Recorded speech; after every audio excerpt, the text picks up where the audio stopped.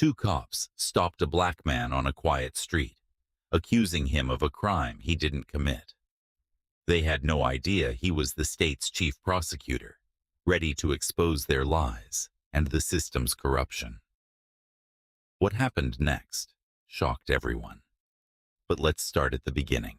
David Miller, a tall, middle-aged black man in a crisp navy suit, walked through the quiet suburban streets of Woodcrest. It was late, and the glow of streetlights cast long shadows on the empty road. David was heading home after a grueling day, preparing a high-profile case. The briefcase in his hand felt heavier than usual, but his mind buzzed with thoughts of his strategy for tomorrow. As he rounded a corner, the familiar blue and red lights of a police car lit up the street. David stopped instinctively, raising his hand slightly to show he wasn't a threat.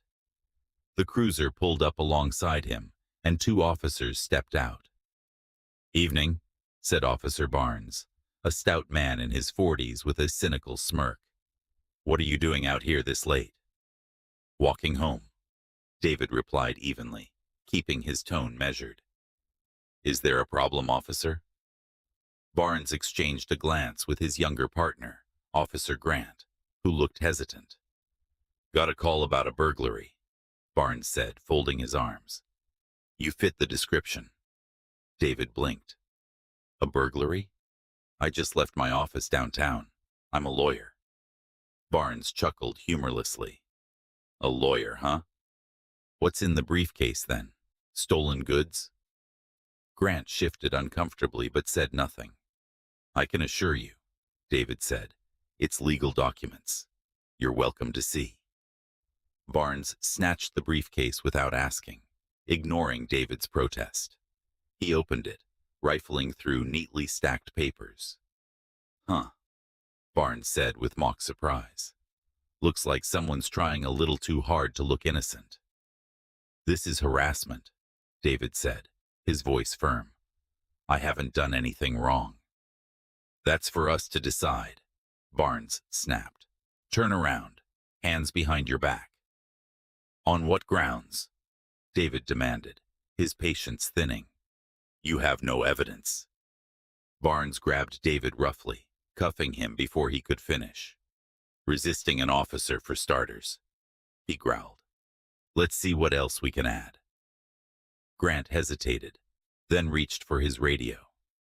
"Dispatch, we're bringing in a suspect," he muttered, avoiding David's gaze. David was pushed into the back of the cruiser, his heart pounding, not from fear, but from anger. He stayed silent, vowing that this injustice would not stand. At the station, David was ushered into a stark, fluorescent-lit booking area.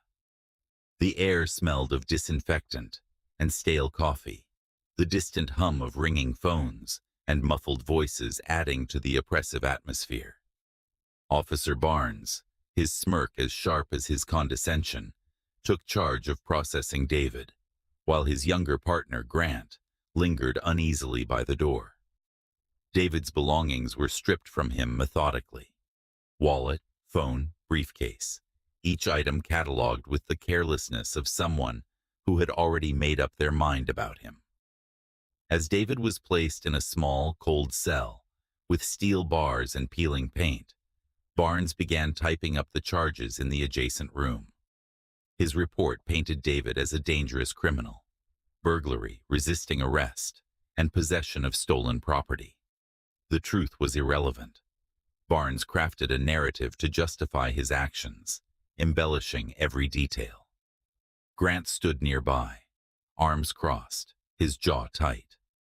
He seemed to wrestle with an inner conflict, but his silence spoke volumes. Compliance, even at the cost of justice, was the easier path. In the sterile quiet of his cell, David sat on a hard bench bolted to the wall. He stared at the floor, his thoughts a storm of disbelief and anger. Through the bars, he could hear Barnes boasting to another officer in the hallway. "Another one off the streets," Barnes said with a chuckle. "Can't wait to see the look on his face when the court throws the book at him." David's hands clenched into fists. The man who had dedicated his life to dismantling systemic racism was now its victim. His pulse pounded with a mix of anger and resolve. He wasn't just going to walk away from this. He was going to fight. The next morning, David used his one phone call to contact his legal team. By noon, his assistant Rachel stormed into the station with a stack of evidence that not only invalidated the charges but hinted at Barnes's misconduct. David was released within hours, his freedom hard-won, but far from enough. As he walked out, his mind was set on one thing: exposing the corruption that nearly destroyed him. A week later, the courtroom buzzed with tension, every seat filled with spectators, reporters, and legal professionals eager to witness the trial. At the prosecution table, Officer Barnes lounged confidently, his expression one of smug assurance, while Officer Grant fidgeted beside him, his discomfort evident in the way he avoided eye contact. Seated between them was Patricia Reynolds, the district's formidable star prosecutor, renowned for her unrelenting tough-on-crime stance. She sifted through her notes methodically, sparing only a cursory glance at David as he entered the room. David, however, walked with the composure of a man who held all the cards. His tailored suit and calm demeanor commanded attention as he approached the defense table, setting his briefcase down with deliberate precision. The room quieted as the judge entered and called the court to order. As proceedings began, David stood, his voice steady and clear. "Your Honor, I will be representing myself." A ripple of astonished whispers swept through the courtroom. Barnes's smirk faltered, and Reynolds shot David a sharp, scrutinizing look. This unexpected move was not part of their script. Over the next hour, David systematically dismantled the prosecution's case with surgical precision. He began by presenting video footage from a nearby ATM, time-stamped to show he was nowhere near the scene of the alleged burglary. The clarity of the footage left no room for doubt. Then came the bombshell, an audio recording from the squad car.